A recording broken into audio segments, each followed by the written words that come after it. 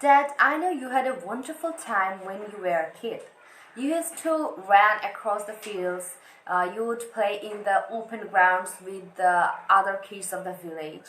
Of course, we kids enjoyed our times to the fullest. In our childhood, we would work in the neighborhood every day. There are huge open fields, pasture lands.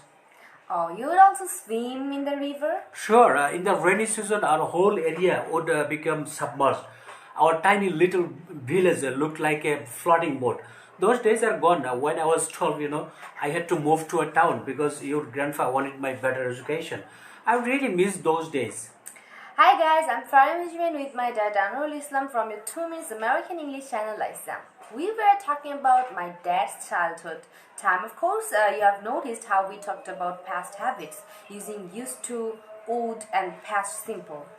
When we talk about things in the past that are not true anymore, we can do it in different ways. We can use used to talk about the past traits that are not true anymore. For example, I can say when I was a kid, I used to live in a village. Okay. We can also use used to talk about past habits, that is repeated past action that don't happen anymore. For example, she used to smoke but she gave up a few years ago. We can also use would to talk about repeated past actions that don't happen anymore. For example, my dad used to read us amazing stories every night to us. The main difference between used to and would are the association with the stative and dynamic verbs. Would take dynamic verbs and used to stative verbs. Look at the examples. I used to swim every weekend, or I would swim every weekend.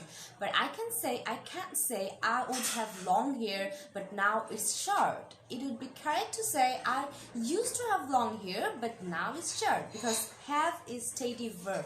And above all, we can always use the past simple as an alternative to used to or would to talk about past states or habits. The main difference is that the past simple doesn't emphasize the repeated or continuous nature of that action. So that's all.